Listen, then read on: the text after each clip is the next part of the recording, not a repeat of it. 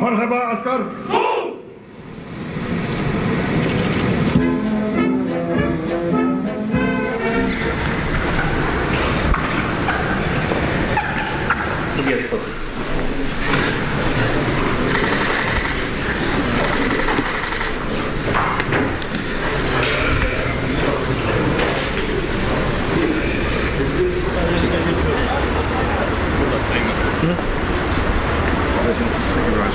See you tomorrow.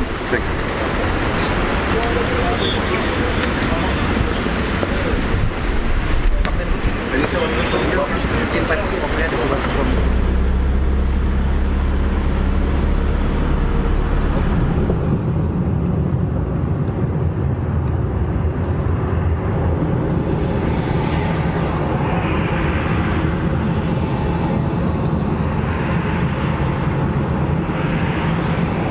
Udah di sini. Ya, Pak. Terima kasih. Terima kasih. Kepala BNN. Terima kasih. How are you? Oh.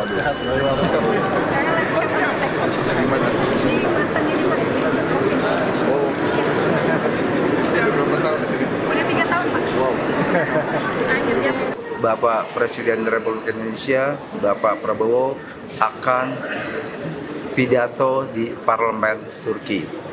Rencananya akan dihadiri oleh anggota parlemen, kemudian juga para undangan lainnya. Selamat datang, Bapak.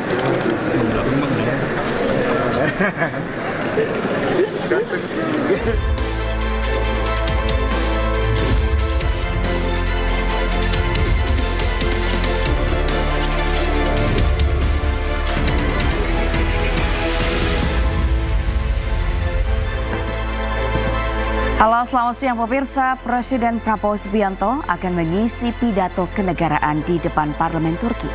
Kunjungan Presiden ke Turki untuk membahas kerjasama ekonomi dan masa depan rakyat Gaza. Sementara itu Amerika Serikat tunda kenaikan tarif impor selama 90 hari. Selain informasi tadi, kami juga akan hadirkan beragam informasi menarik dan terkini terkait kebijakan hingga kegiatan para pemimpin bangsa.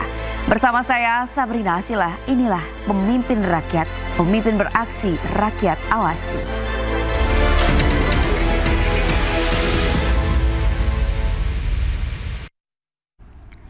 Pemirsa, kunjungan kenegaraan Presiden Prabowo ke 5 negara di Timur Tengah tidak hanya membahas ekonomi, tetapi juga soal konflik di Gaza. Presiden Prabowo menyatakan bahwa Indonesia siap menampung ribuan warga Gaza terdampak perang di Palestina.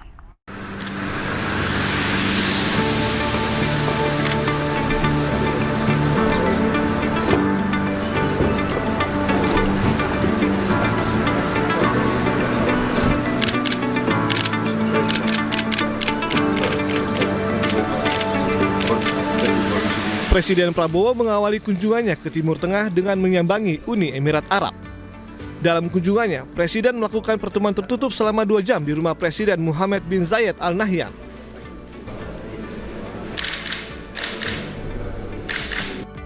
Pertemuan antara kedua pemimpin negara ini menghasilkan 8 nota kesepahaman kerjasama antara Indonesia dan Uni Emirat Arab.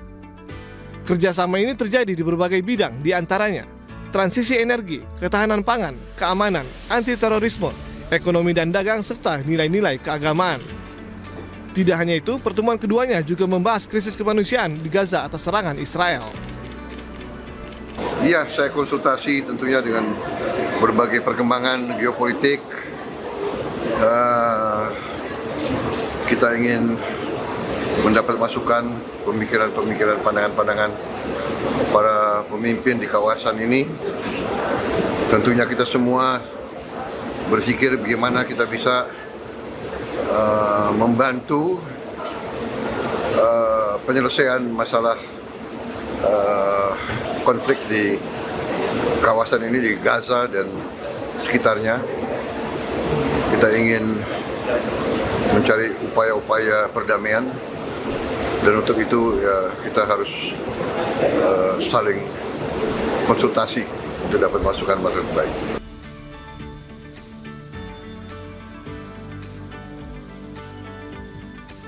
Presiden Prabowo mendarat di Abu Dhabi kemarin siang. Kedatangan Presiden Prabowo disambut oleh jajaran menteri dan duta besar Uni Emirat Arab. Presiden Prabowo juga disambut secara khusus oleh pasukan jajar kehormatan yang mengiringi kedatangan dirinya. Selain Uni Emirat Arab, rencananya Presiden Prabowo akan mengunjungi 4 negara lainnya, yaitu Turki, Mesir, Qatar, hingga Jordania.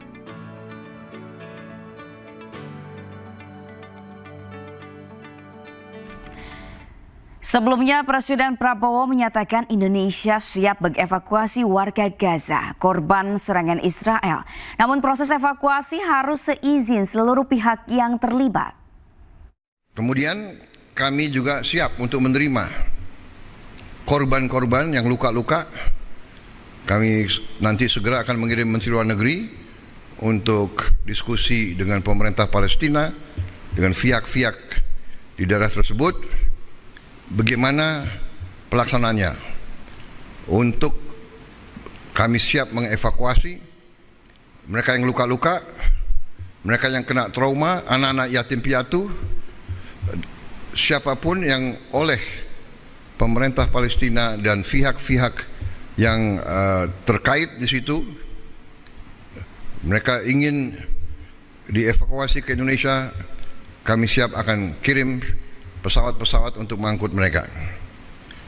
Kita memperkirakan mungkin jumlahnya sekitar 1.000 untuk gelombang pertama. Syaratnya adalah semua pihak harus menyetujui hal ini.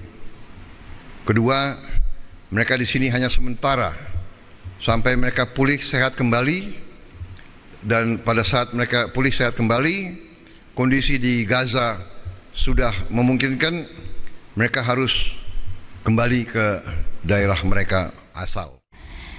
Amerika Serikat menunda kenaikan tarif impor ke Amerika Serikat, sementara pemerintah Indonesia mengirimkan 3 perwakilan ke Amerika Serikat untuk bernegosiasi soal tarif impor baru.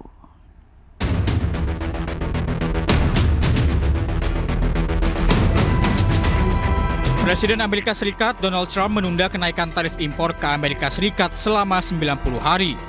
Penundaan berlaku untuk hampir seluruh negara yang terdampak selain China. We have many other countries, as you know, many more than 75, and they all want to come, and they want to come here, or they'll go to Commerce, or they'll go to Treasury. We have our great senators here and congressmen. They'll call John, they'll do somebody, they'll go through somebody, but they're all calling, how do we do this? They all want to make a deal. Somebody had to do what we did, and I did a 90-day pause for the people that didn't retaliate. Untuk hadapi tarif impor baru Amerika Serikat, Presiden Prabowo telah menginstruksikan 3 menterinya untuk bernegosiasi dengan Amerika Serikat. Presiden juga membuka seluas-luasnya keran impor. Saya minta ya, ada Menteri Pertanian, ada Menteri Perdagangan, nggak usah ada kota apalagi semua, nggak ada kota. Siapa mau impor daging, silakan, siapa aja boleh impor. Saudara-saudara, mau impor apa, silakan, buka aja.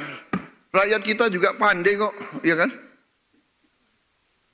Jangan bikin kota-kota, habis itu perusahaan A, B, C yang hanya ditunjuk, hanya dia boleh import. Enak aja. Menko tadi kemarin, Menteri Keuangan, Gubernur BI ada, Ketua DIAN ada, saya sudah kasih perintah untuk hilangkan kota-kota import, terutama untuk barang-barang menyangkut hajat hidup orang banyak. Sementara itu, hari ini IHSG dibuka rebound 4%. Bursa global pun turut bergerak menguat. Pergerakan ini dipicu oleh penundaan tarif impor ke Amerika Serikat. Tim Liputan, iNews melaporkan. Sementara itu, pengenaan tarif impor Amerika Serikat menurut Menteri Keuangan Sri Mulyani telah merubah tatanan ekonomi dunia. Mantan Direktur Bank Dunia ini menilai tindakan Trump telah membuat teori-teori ekonomi konvensional menjadi tidak relevan dan kondisi dunia penuh ketidakpastian. Hanya dalam waktu 1 bulan, dunia yang tadinya digovern dengan rule base sekarang tidak ada lagi kepastian. Ini yang menjadi salah satu yang perlu untuk kita perhatikan di dalam kita mengelola ekonomi. Tidak kita terus-menerus terkaget-kaget, namun pada saat yang sama kita tetap waspada. Tarif resiprokal yang disampaikan oleh Amerika terhadap 60 negara menggambarkan cara penghitungan tarif tersebut yang saya rasa semua ekonom yang sudah belajar ekonomi tidak bisa memahami. Jadi ini juga sudah tidak berlagu lagi ilmu ekonomi. Yang penting pokoknya tarif duluan. Karena tujuannya adalah menutup defisit. Tidak ada ilmu ekonominya di situ. Menutup defisit. Itu artinya saya tidak ingin tergantung atau beli kepada orang lain lebih banyak dari apa yang saya bisa jual kepada orang lain. Itu is purely transactional. Nggak ada landasan ilmu ekonominya. Jadi teman-teman ini ada ICI di sini. Mohon maaf tidak berguna Pak ilmunya. Wamen Kependudukan dan Pembangunan Keluarga atau BKKBN, Isyana Bagus Oka pamerkan program andalan pemerintah di depan sidang PBB. Apa saja program tersebut selengkapnya usai jeda.